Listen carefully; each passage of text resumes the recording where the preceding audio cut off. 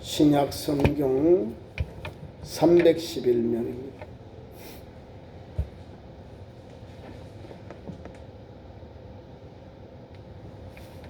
에베소서 2장 11절에서 22절까지 교독하겠습니다. 11절 그러므로 생각하라. 너희는 그때의 육체로는 이방인이요 손으로 육체에 행할 할례를 받은 무리라 칭하는 자들로부터 할례를 받지 않는 무리라 칭함을 받는 자들이라.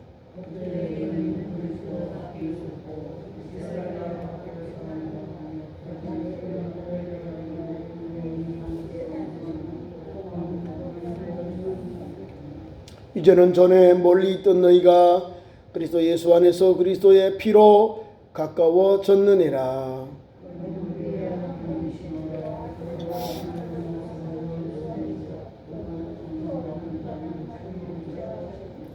법조문으로 된 계명의 율법을 배워줬으니 이는 이 둘로 자기 안에서 한 세 사람을 지어 화평하게 하시고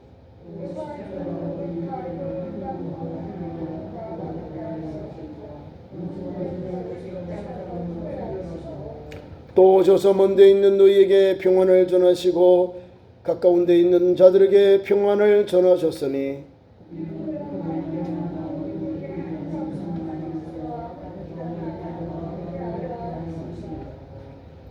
그러므로 이제부터 너희는 외인도 아니요 나그네도 아니요 오직 성도들과 동일한 시민이요 하나님의 권속이라.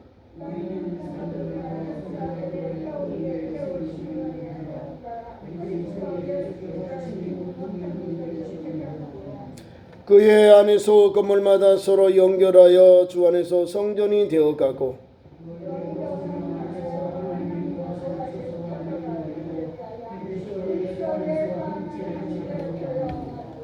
아멘. 이 말씀 가지고 제목을 십자가로 화목해 하심. 예수님이 우리에게 오신 귀한 그 은총이 여기에 담겨 있습니다. 예수님이 십자가를 지기 위해 오셨잖아요. 죽기 위하여. 우리가 성탄절을 앞두고 성탄절에 예수님이 왜 오셨는가 다시 한번 우리가 더 깊이 생각을 해야 됩니다. 이 세상 사람들과 다른 가치관이 있는 거예요. 예수님은 죽기 위해 오셨어요. 보통 사람들은 살기 위해서 뭔가 이름을 날리기 위해서 온 우리 예수님은 자기 백성을 저희 죄에서 구원할 자로 이렇게 오셨다. 그게 예수님의 이름이에요. 여호수아, 예수. 이게 여호와는 구원자, 예수님은 구원자 이 말입니다. 그 이름의 뜻이에요. 그러니까 오늘 우리가 이 에베소 2장의 말씀을 우리가 말씀을 읽고 말씀의 은혜를 받는데요. 분명한 사실이 십자가가 뭐냐 이 말입니다. 예수님이 오셔서 예수님이 십자가를 졌는데 우리는 십자가를 안 졌거든요. 십자가는 사형틀이었어요. 강도들, 도적들, 살인자들, 또 로마에 반역한 그 사람들을 나무에 그냥 처형해서 거기서 아주 비참하게 그렇게 고통 중에 죽으라는 아주 참혹한 그런 사형틀이에요. 근데 우리 예수님이 그 고난의 십자가를 딱 지시고 난 후에 우리 기독교는 십자가의 보혈로 골고다의 언덕의 십자가로 갈보리의 십자가의 은혜로 우리가 오늘도 복음을 전하는 겁니다. 그러니까 세상 사람들은 우리가 믿는 십자가의 복음을 이해를 못하는 거예요. 아니 어떻게 저주의 십자가를 어떻게 바꿔 승화시켜서 화목하고 화평하는 십자가로 바뀌어 놓았거든요. 예수님이. 이상하죠. 저와 여러분이 오늘 또 예수님을 믿기 때문에 이곳에 온 거예요. 또 성령의 감동을 받아서 예배하기 위해 이곳에 온 거죠. 예배는 아무나 하는 게 아니에요. 코로나19 이후에 약 2년이 되잖아요. 기독교인들의 젊은 아이들보다 나이 드신 어른들이요 더 열심히 신앙생활을 하고 있답니다. 모르던 인터넷도요. 또 우리가 말하는 동영상도 막 찾아 들어가면서 애들 보기 깔아달라고 예배 드리기 위해서 그 예배 드리는 앱에 들어가서 교회 단체 카톡에 들어가서 예배를 드리려고 50대 60대 어른들이 막 찾아 들어가는 겁니다. 아버지 때잖아요. 20, 30대 젊은 세대들이 이때다 하고 예배를 잘 안 오잖아요. 그런데 나이 드신 우리 기성세대 우리 성도들은 예배 와요. 예배 와셔가지고 말씀 받고요. 또 가서 기도하고 함께 예배 드릴 공간이 좀 부족하지만 예배를 드리는 장소가 부족하지만 그럼에도 불구하고 어떻게 하든지 교회가 문이 열리면 예배 와서 교회에 와서 예배 드리고 기도하고 하는 거예요. 왜 그런 믿음이 있을까요? 십자가의 은혜를 체험한 성도가 그 길을 가는 겁니다. 저와 여러분이 예수를 믿는 것은요, 가장 귀한 보배입니다. 예수님을 믿는 것 자체, 예수 믿는 것 자체가 금보다도 귀한 것이 예수 믿는 거예요. 그렇기 때문에 금보다도 귀한 예수님을 믿는 성도는 오늘도 예수님을 기쁘시게 하나님의 영화롭게 위해서 예배하고 기도하고 복음의 증인된 삶을 달려가는 겁니다. 그 길이 어려워요. 때로는 박해가 오고 고난이 옵니다. 그 고난을 이겨야 또 믿음의 역사, 하나님의 선한 손길이 임하고 은혜의 손길, 회복의 손길이 임하게 되는 겁니다.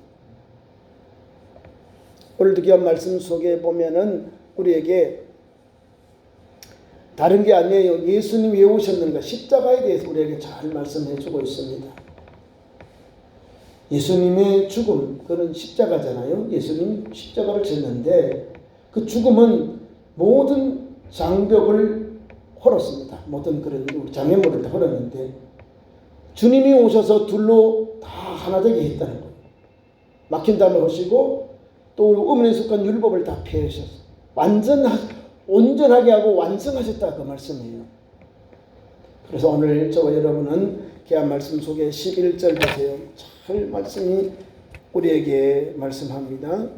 2절 1절부터 10절까지 결론이 그러므로 이래 나오잖아요. 앞에 말씀한 거를 여기 말씀하는데 뭐냐면 그러므로 생각하라 너희는 그때의 육체로 이방인이다. 지금 허물로 죽었다 이거예요. 앞에 죽음에 대한 것, 허물로 죄로 죽었던 우리를 죽은 것에 대해서 이제 예수님이 오신 그 뜻을 여기 잘 우리에게 소개해 주고 있는 내용입니다. 전에는 우리가 이랬다는 거예요. 전에 너희는 그때는 육체로는 이방인이다. 우리는 육체적으로 아브라함의 자손이 아니요. 저는 이방인이요. 이방인들은요 구원의 밖에 있는 사람들이야 이 말입니다. 이방인들이 하나님을 아나요? 모르죠. 이방인들이 어떻게 구세주를 압니까? 모르지요. 그러니까 가장 불쌍한 영혼들이 이방인들이요. 이 가장 불쌍한 이방인들이 사도 바울을 통해 하나님이 이방인에게도 복음을 전해주잖아요. 네? 이방인들에게 복음을 전해요. 사도 바울은요 은혜를 받고 예수를 만나고 변화를 받으니까요 어디로 갔을까요? 사막으로 갔어요. 광야로 갔어요. 아라비아 광야로 가가지고 3년 동안 기도했어요. 기도하면서 하나님이 불러주신 이방인의 사도를 부른 그 사명을 감당하기 위해서 거기서 기도하는 삶을 살았어요. 거기서 하나님이 삼성천에 데려가시고 보여주셨잖아요. 그런데 계시를 허락받지 못했어요. 사도 요한처럼 보여줘서 계시하라고 가서 알려라 해야 되는데 알리지 말라죠. 말을 하나님 막아버렸어요. 말을 못해요. 자랑은 하는데 삼자 관점에서 자랑하지만 삼정천에도 갈려 없던 사람이요. 하나님의 신령한 걸 하늘나라를 다 보고 왔어요. 그러니까 이 사람이 얼마나 믿음이 좋겠어요. 그러니까 신령한 걸 다 보고 왔으니까 바로 전하는 거예요. 예수님만을 전하잖아요. 십자가만을 자랑하잖아요. 십자가만을 전하는 거예요. 그래서 오늘 우리 에베소에서 귀한 말씀 다시 줍니다. 육체로는 우리가 이방이다. 마태복음 1장에 아브라함과 다윗의 자손 예수 그리스도의 세계라. 이게 기본이에요. 아브라함, 다윗, 그 다음에 예수 그리스도의 세계예요. 혈통으로 우리는 구원받을 수 없는 멸망받을 영혼이요. 저주받을 영혼이 우리 이방인들이에요. 예수님이 오셔서 우리에게 이방인들에게도 구원의 길이 육체로 이방인이잖아요. 우리는 가장 불쌍한 영혼이요. 그런데 복음이 왔잖아요. 이 동양의 조그만 나라 조선에 복음이 들어오고 오늘 대한민국이 복음이 들어가서 기독교인만 가톨릭 합쳐서 우리가 한 1,500만 정도 되는 거죠. 아시아에 이런 믿음의 국가가 없는 거죠. 개신교 국가가. 아니 138년밖에 안 되는 기독교 역사 속에 복음이 들어가고 복음이 역사하고 복음의 은혜를 받아서 복음이 들어가서 그 민족을 이렇게 젖어놓았다는 거예요. 스며 들어가니까. 우리나라가요 지금 세계적으로 선진국 반열에 이제 들어간 겁니다. 유엔의 선진국 그 나라에 우리나라가 정식 초청을 받아 들어가 있습니다. 우리는 선진국이에요. 아니 그 6.25 이후에 폐허가 된 이 나라가 저 아프리카보다 더 못 살던 전쟁의 그 폐허로 말미암아 말할 수 없는 고통을 겪었던 대한민국이 먹을 수 없던 그런 외국으로 원조받던 나라가 지금은 도와줘요. 네? 유엔에서요 막 지원하고요. 또 WTO라든지 뭐 여러 가지 세계 기구가 많아요. 거기 가서 우리가 돈을 내고 또 후원금을 내고 또 거기에 걸맞는 대우를 하고 걸맞는 권리를 주장합니다. 밑바탕이요 복음입니다. 새마을운동 밑바탕이 우리 가나운 농군학교의 김용기 장로님 그때부터 시작한 거예요. 박 대통령님이 그쪽에 그것을 다 받아들여서 새마을운동, 의식개혁운동했죠. 지금 아프리카 저 나라 가면 대한민국의 새마을운동 넘버원이라는 거예요. 넘버원 너무 잘해요. 지금도 아프리카가 살아난다니까요. 아프리카가. 그 메마른 땅에 아무것도 없는 땅에 가서요. 우리나라의 농작물 심어놨어요. 특히 제일 좋은 거 쌀을 막 거기다가 아프리카에 쌀이 나온다니까요. 쌀이. 아프리카에 우리나라에 담아내기 양파도 심는데요. 양파를. 마늘도 심고요. 양파도 심고요. 한국에 우리 농진청 아마 공무원들이 기술자들이 가서 아마 거기서 그렇게 그 땅에 맞는 종자를 개량해서 아마 공급하는 것 같아요. 하나님이 주시는 믿음을 가지고 그렇게 삶을 변화시키니까 우리나라도 살고 동남아시아 살고 아프리카도 살아가는 거예요. 쌀이 부족한 나라들이요 쌀이 풍성해지는 거예요. 쌀이. 우리 대한민국이요 지금 어떤 형편도 합니까? 우리나라는 쌀이 없지요. 동남아시아는 우리나라가 쌀을 수출해서 대한민국이 쌀을 수출해서 너무 고맙답니다. 6.25 때 우리나라를 도왔던 필리핀이요 쌀이 없어서요 참 어려움을 당했는데 베트남이 수출 아주 쌀이 많이 나와서 수출 대국이었는데 코로나 때는 쌀을 딱 멈춰버렸다. 수출을 안 했답니다. 그래서 막 나라가 필리핀이 많이 어려웠어요. 근데 우리나라에서 뭐 1,000만 톤인가 뭐 우리나라 수출을 해줬답니다. 그래서 필리핀 사람들이 야 역시 우방은 다르구나. 그 대통령 두테르테 대통령도 우리나라를 막 너무 고맙다. 우리나라가 함께 6.25를 싸웠던 그 혈명이 필리핀이거든요. 그 필리핀이 오늘 그 나라가 어려울 때 우리나라가 딱 지원해 준 거예요. 그래서 우리나라 쌀이 없는 것 같아요. 또 여러 나라에 쌀을 지금 우리가 수출을 합니다. 말레이시아를 비롯해서 여러 싱가포르 또 홍콩 우리나라 대한민국 쌀이 그렇게 맛있대요. 그래서 우리나라 쌀이 없는 거예요. 무슨 은혜가 있냐면 복음이 들어가면요 사람이 바뀌어져요. 이 생각이 바뀌어지잖아요. 열심을 품고 주를 섬기는 것은 다른 게 아니거든요. 내 가정에서 또 삶의 현장 속에서 또 농사지는 그 현장에서 또 사업하는 현장 속에서 하나님 주신 지혜롭게 하나님 주신 명철로 땀을 흘려 수고하는 거예요. 직업에는 귀천이 없다. 이런 정신을 가지고 일하니까 우리 교회가 우리 대한민국 살아나잖아요. 잘 살아보세요 해가지고 오늘 지금 잘 살아본 거예요. 하나님의 은혜 안에서 잘 살아보세요. 믿음으로 섬기고 헌신하고 막 땀 흘리고 시간을 막 노동을 제대로 시간 투자해서 이렇게 땀 흘리고 수고한 그 산업 세대, 우리 박 장로님 저는 이 세대가 이만큼 세워놓은 거예요. 대한민국이 오늘 그런 은혜를 받고 있는 거예요. 복음이 오니까. 복음이 안 왔으면 아마 우리나라 없어졌을 거예요. 일제시대 우리 끝났잖아요. 일본이 얼마나 완악해요. 우리의 정신과 말과 다 문화를 말살했잖아요. 근데요, 복음이 들어가니까 성경 말씀 읽고요, 성경 말씀 가지고 붙잡고요, 성경 말씀 가지고 오늘도 살았어요. 그 중에서 우리 민족의 지도자들이 막 나오잖아요. 서재필 박사, 뭐 김구 선생, 뭐 여러 김규식 박사, 오늘 뭐 목사님들, 훌륭한 목사님들 있고 지도자들이, 기독교인들이 뭐 복음이 들어가니까 복음을 받고 뒤집어진 거예요. 북한에는 공산당이 들어간, 거기도 조만식 장로님 이런 분들이 있어서 또 목사님들과 함께 또 이렇게 기독교의 정신에 의해서 정당세웠는데 공산당이 그걸 다 숙청해버리고, 그래 북한에는 공산당이 다스렸고, 우리 대한민국은 남쪽에만 자유민주주의로서 하나님을 섬기는 그런 문화가 임해가지고 오늘의 대한민국이 이만큼, 북한은 처음이죠. 아프리카보다 더 어려운 게 북한이고, 세계 7개국에 우리가 선진국 7개 나라에 들어가고 있어요 지금. 여러분, 이 하나님의 은혜가 아니고 무엇입니까? 예수 복음이 들어가니까 그런 역사가 일어난 거예요.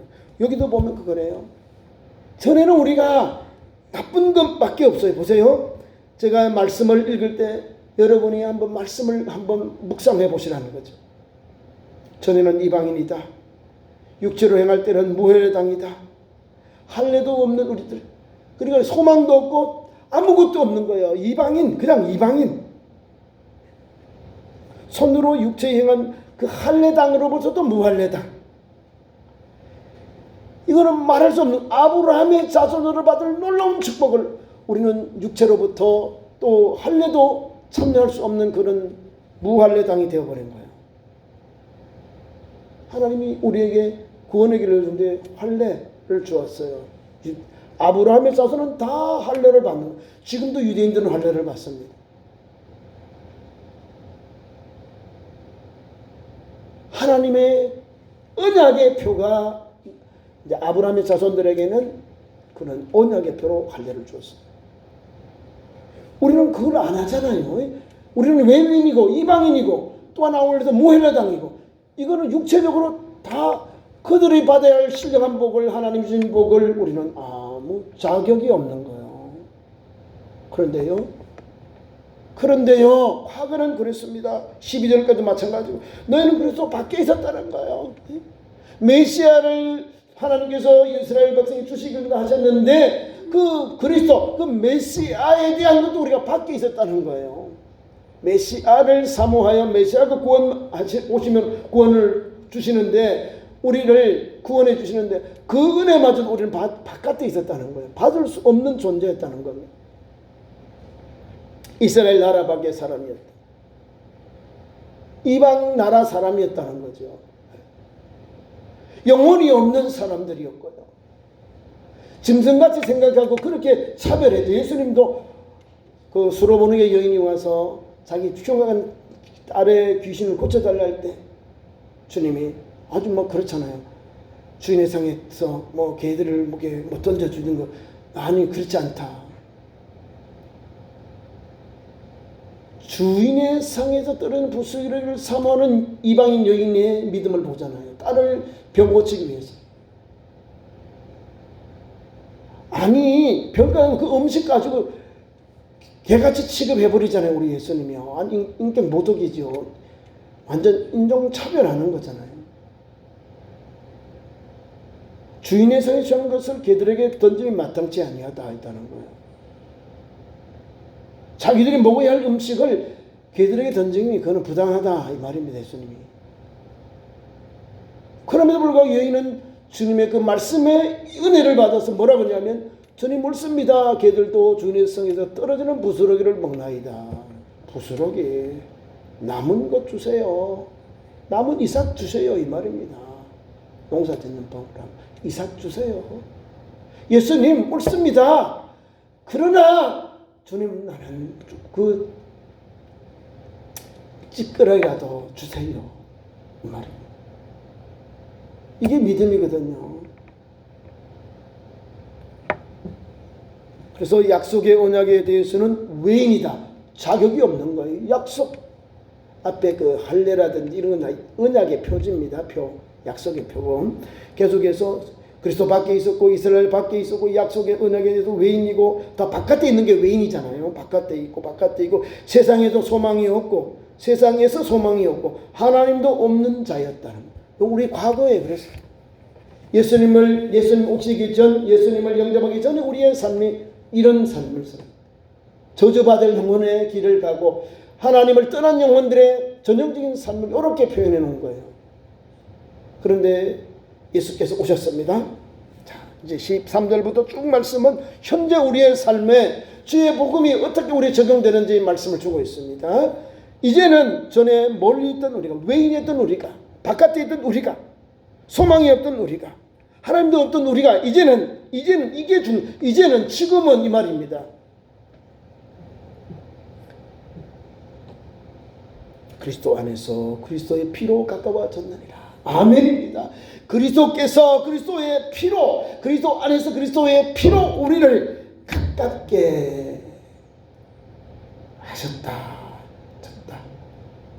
그렇죠? 그리스도의 피, 십자가. 오시사님, 예수님을 영접하기 전에는 모르죠. 이 십자가가 뭔지.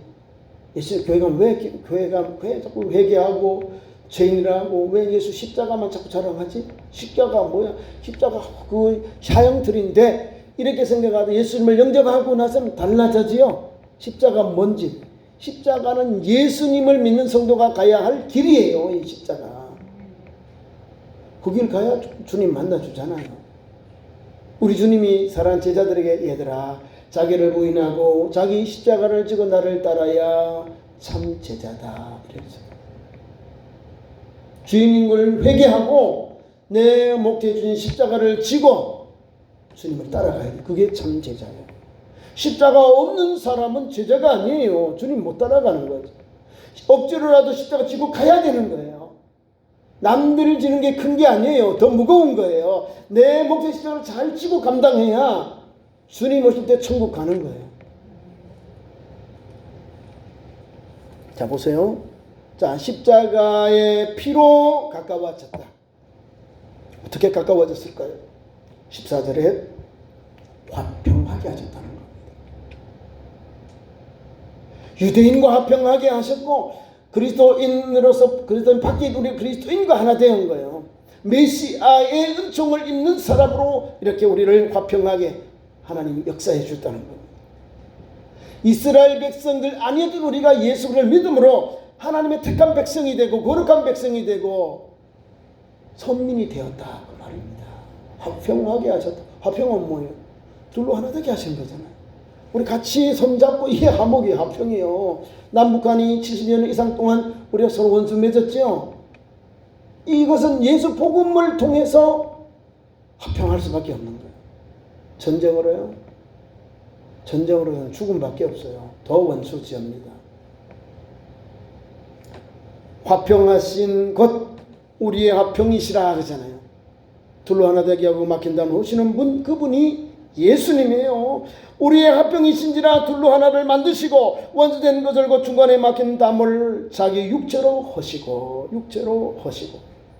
십자가에 다 죽어서 왜 죽으셨느냐? 하나님과 인간 사이를 화목하게 하고 인간과 인간 사이의 원수된 막힌 것, 원수된 것을 다 풀어주신 거예요. 화목하게 하셨어요. 예수님이 오셔서 그렇게 한 겁니다. 그 다음에 법조문으로 된 계명의 율법을 폐하셨다.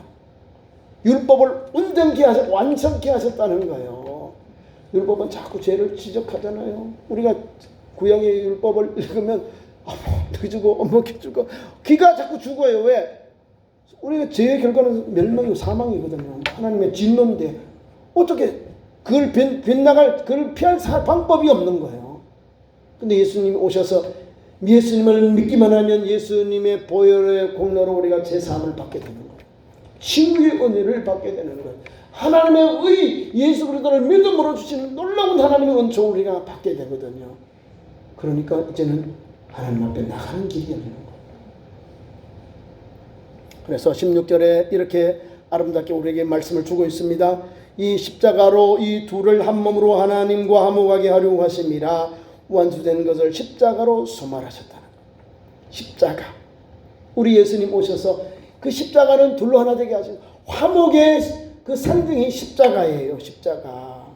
얼마나 은혜가 됩니까? 이 십자가로 이 둘을 한 몸으로 하나님과 화목하게 하려 하심이라 완수된 것을 십자가로 소멸하셨다는, 소멸은 물로 다 태워버렸다는 거예요. 없이 하셨다 그 말입니다. 이게 십자가의 도입니다. 하나님 예수님을 보낸 사건이, 이런 놀라운 사건이, 놀라운 주의 사랑, 하나님의 사랑과 은혜가 담겨 있는 거예요. 화목하게 하시고 화평하게 하시고 하나 되게 하셨다는 거예요. 그리고 또 먼 데 있는 사람 너희에게 평안을 전하시고 가까이 있는 자들에게도 평안을 전하시느니라. 십자가의 도는 평안입니다. 평안. 평안. 평안, 화평, 화목은 같은 말이에요. 평안하다, 평안하다. 화평, 화목하는 거.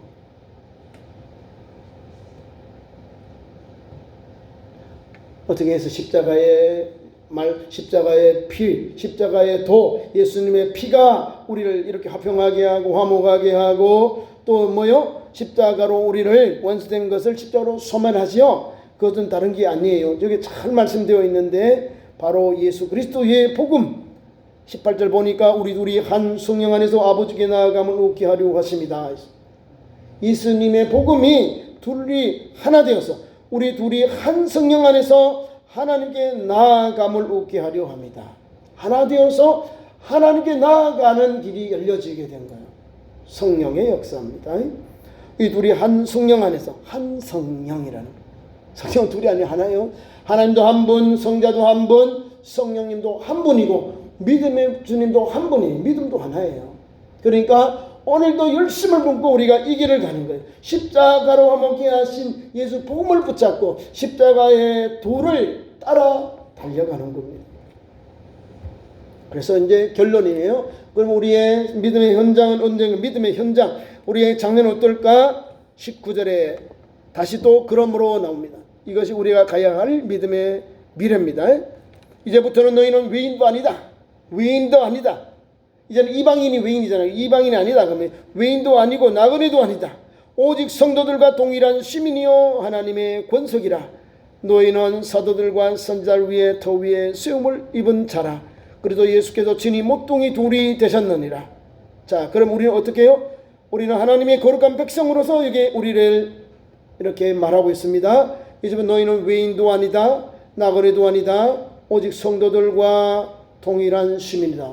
뭐 성도들과 동일한 어디의 시민일까요? 저 하나님의 나라의 동일한 시민이다 그 말입니다. 멋있죠? 외인도 아니고 나그네도 아니에요. 나그네는 여행객이에요. 우리는 여행객이 아니에요. 우리는 이방인이 아니라 이제는 하나님의 시민, 하나님의 거룩한 백성이 된 거예요. 누구 때문에? 예수님의 십자가의 공로로, 예수님의 피로, 그리스도의 피로 우리가 그런 은총을 받았습니다.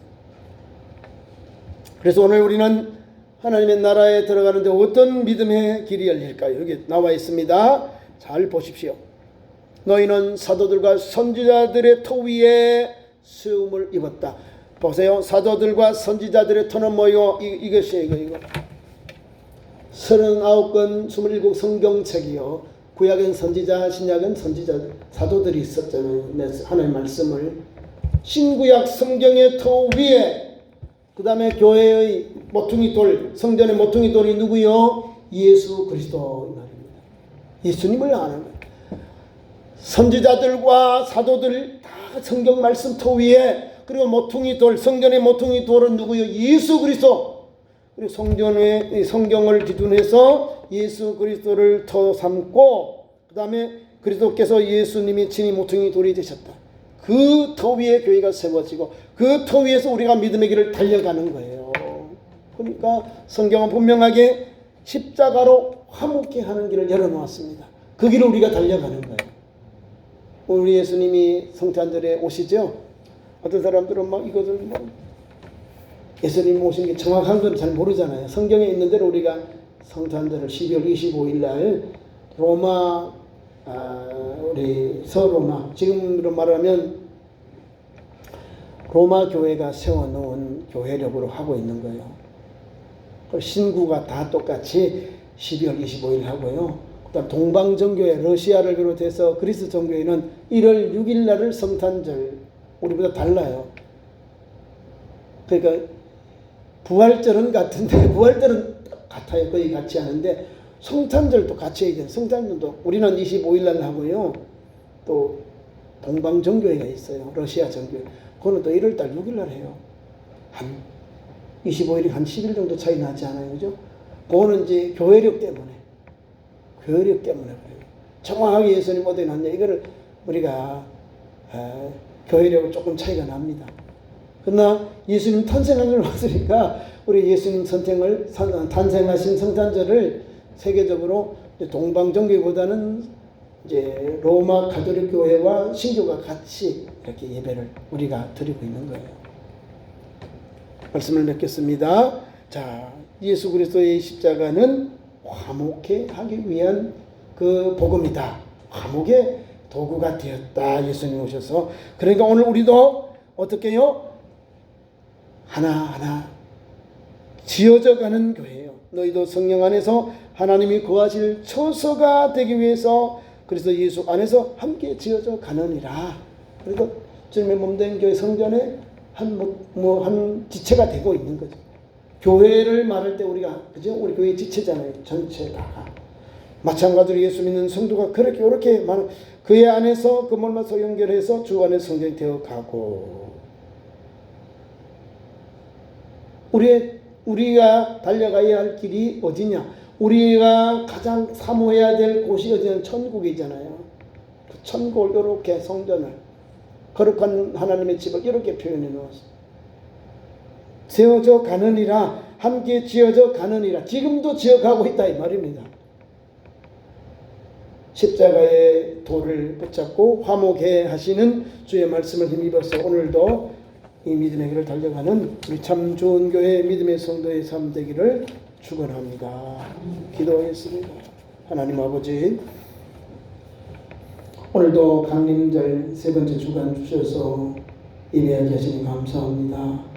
3일 기도의 밤마다 아버지 하루를 마치고 주님 전에 우리 성도들에게 예수 생명 예수 소망 충만케 하시고 십자가의 돌을 꼭 붙잡고 주님 오늘 그날까지 화목하고 화평하고 또 화해하고 용서하며 달려가는 예수 그리스도의 신실한 제자들 하나님의 거룩한 백성들의 삶을 온전히 달려가도록 역사하여 주옵소서.